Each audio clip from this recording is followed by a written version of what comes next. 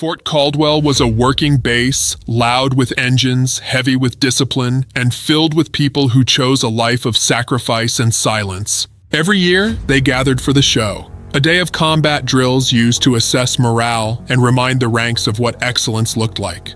This morning, Captain Diana Reeves walked onto that field. A veteran of 3 deployments, she was extraordinary on paper, yet quiet in person. She didn't seek attention, she did her job, but by midday, the entire field would go silent because of her. This was a day none would forget. Colonel Marcus Webb arrived, scanning the crowd. His eyes landed briefly on Diana, then flicked away with indifference. He had already decided she wasn't worth his attention. He didn't know she was about to answer him in a language that needed no translation.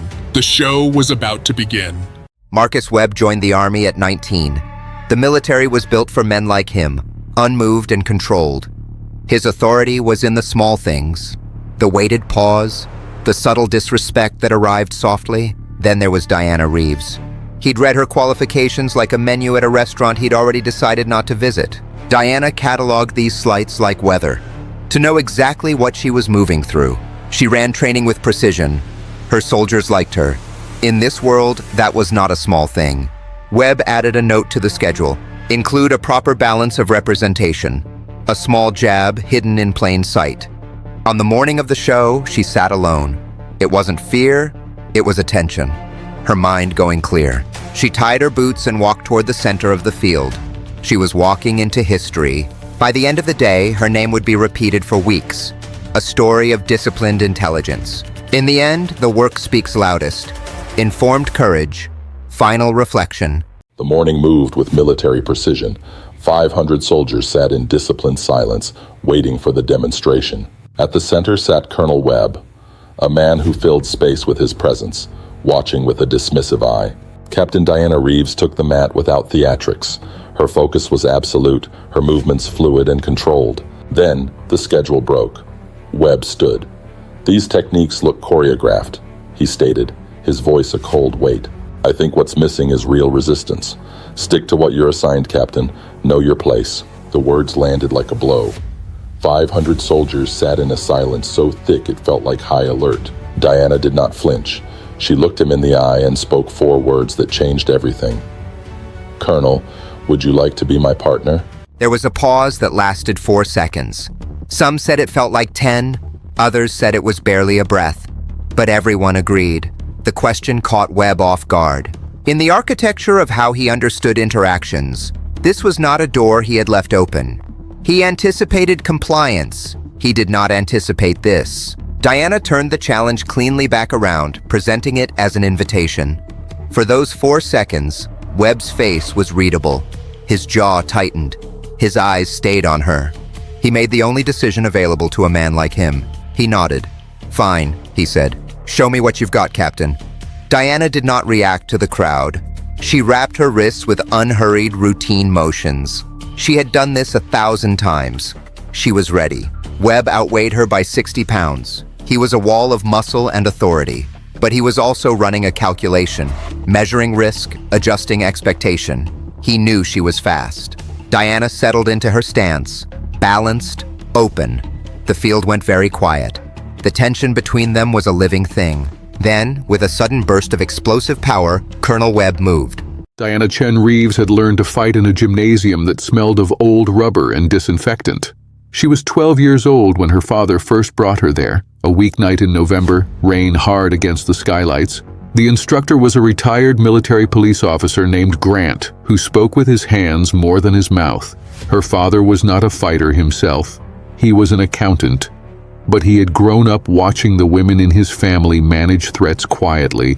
He wanted something different for his daughter. He wanted her to know how to answer. She did not take to it immediately. The first 6 months were ugly.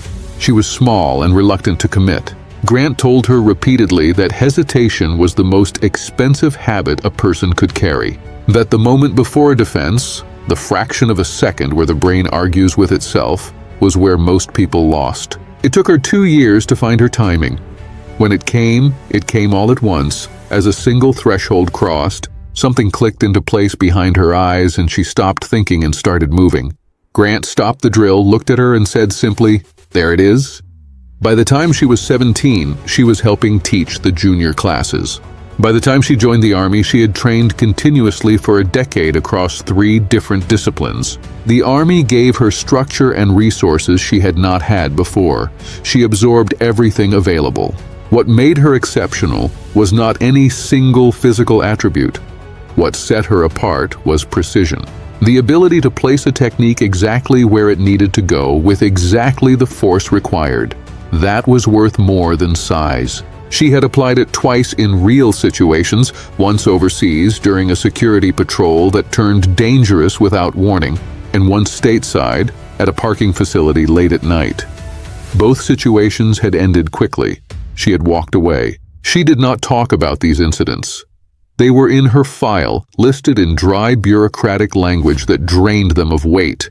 What she was interested in was the craft itself, the mechanics, the geometry of how bodies move in relation to each other. Standing on the mat at Fort Caldwell, facing Colonel Marcus Webb, she was thinking about none of this history. Webb was coming in.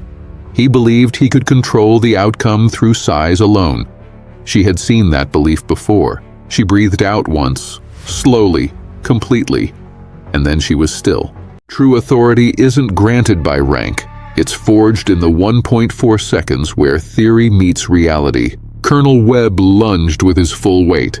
It was the exact movement Captain Diana Reeves had prepared for. She didn't step back. She stepped in, forward and left, closing the distance and stripping away his leverage. In a heartbeat, she controlled both wrists, finding the exact points where bone and joint are most vulnerable. Then she rotated. Using his own engine against him, she forced the commander to his knees. 500 soldiers watched a man 60 pounds heavier held in place by disciplined intelligence. Then the silence broke. A single clap multiplied into a current of sound that moved across the field. Diana stood in the center, present, clear, and entirely at home in the geometry she had mastered. The medical team reached Colonel Webb 11 minutes after the demonstration ended. He had walked off the mat under his own power, which told the soldiers watching that whatever had happened to his wrists was not catastrophic, but he was moving carefully, and his aide was hovering at his elbow in a way that confirmed something real had occurred. The field medic's assessment, conducted in a tent set up along the field's northern edge, determined that Webb had sustained significant hyperextension injuries to both wrists. The technical language used in the report was careful and precise. Acute ligament stress with suspected partial tearing, consistent with rapid force joint manipulation. The common language was simpler. Both wrists had been torqued to their structural limits in under 2 seconds. The bones had not broken. The technique had not been taken to that point. But the surrounding tissue and connective structures had been severely stressed. He would spend 3 weeks with both wrists wrapped and supported. He would spend longer than that with something else more difficult to name. The word broke was the one that circulated through the base by afternoon. It was not technically accurate. Fractures had not occurred. But language follows impact rather than precision, and the impact of what 500 soldiers had witnessed that morning did not have a more moderate word available for it. By dinner, every barracks conversation at Fort Caldwell included some version of the same sentence. She broke both his wrists in front of the whole battalion. By the following morning, versions of the story had reached 2 other nearby installations. Diana spent the afternoon in the standard post-incident review process. She was interviewed by her direct supervising officer, Colonel Patricia Hale. Hale listened to the full account without interruption, and then asked a single question. Was the technique performed as demonstrated in your training certification? Diana said yes. Hale reviewed the certification documentation and the statements of Teal, Ferris, and 4 other witnesses who had been close to the mat. The statements aligned completely. Webb had been the one to escalate. Webb had been the one to agree to full-speed contact. The technique, while applied at near maximum pressure, had been executed within the documented parameters of Diana's certification. No disciplinary action was filed against Diana Reeves. What was filed eventually was a formal report regarding Colonel Webb's conduct during the exhibition. Specifically, the public comment directed at Captain Reeves. 2 separate officers who had heard the remarks submitted statements independently. Hale reviewed them and sent a summary upward through the appropriate channels. The process was quiet and procedural and took several weeks. but it moved. What did not take weeks was the change in the atmosphere at Fort Caldwell. These things are hard to measure in official terms, but the soldiers felt it immediately. The morning after the show, Diana walked into the training yard and found it already half full of soldiers who had arrived early, because they wanted to be there. Several nodded without speaking. One staff sergeant who had never spoken to her directly held out a coffee and said simply, "Good morning, ma'am." She accepted it. It was a small thing, the kind of small thing that carries weight in environments where respect is earned rather than given. In the weeks that followed the incident on the mat, Captain Diana Reeves continued her work as if nothing had happened.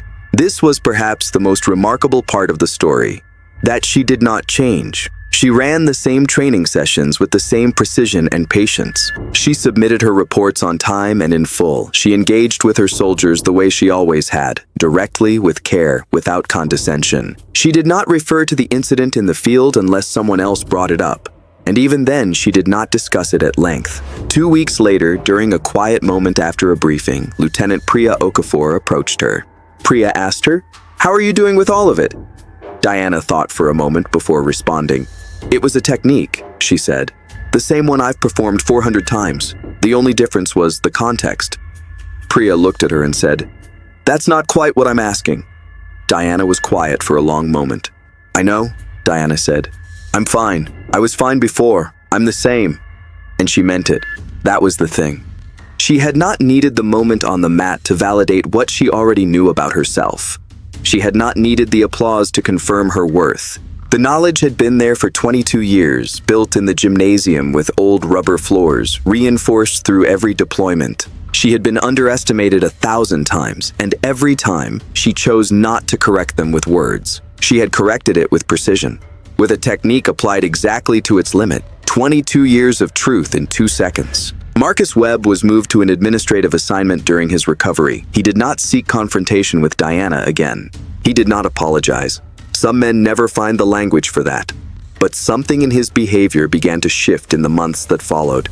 The brand of dismissiveness that had characterized his interactions with women became less visible.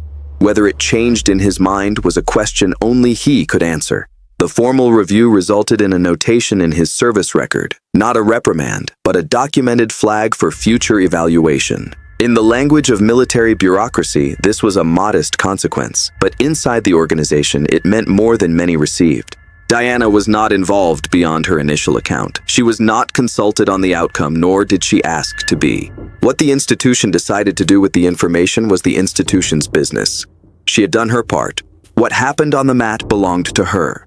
It was the physical manifestation of 2 decades of discipline. Some truths don't need the institution's seal of approval. They are built, second by second, in the quiet of the gymnasium. Diana Reeves remained exactly who she had always been. The world around her had simply, finally, caught up. This has been a chronicle of Fort Caldwell. Information is the only currency that matters. 3 months after the show, Fort Caldwell received a new group of trainees. 41 soldiers arriving for an advanced combat readiness course. They were diverse in background and experience, ranging from junior enlisted completing their first cycle to mid-level NCOs refreshing certifications. They had been briefed generally on the instructors they would encounter, but briefings rarely capture the full picture. On the first morning of the course, Diana walked into the training room. She set her duffel bag down and looked at the 41 soldiers. "I am going to teach you something this week that is more important than any specific technique," she said. "I am going to teach you what it means to understand your own capability, not what someone else says about it, not what the number on your file says about it, what you actually know about what you can do under pressure." She paused. "That knowledge is not given to you. It is built. It is built the same way any skill is built, through repetition and honest evaluation. It is built through refusing to accept other people's definitions of your limits as your own." Somewhere in the room, a sergeant later said he thought she was going to mention a particular incident. She never did.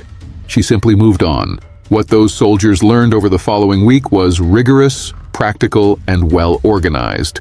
But they also absorbed something else. They watched a person who knew exactly who she was operate without apology or excess. They watched competence so complete it required no performance. It looked quiet, It looked patient.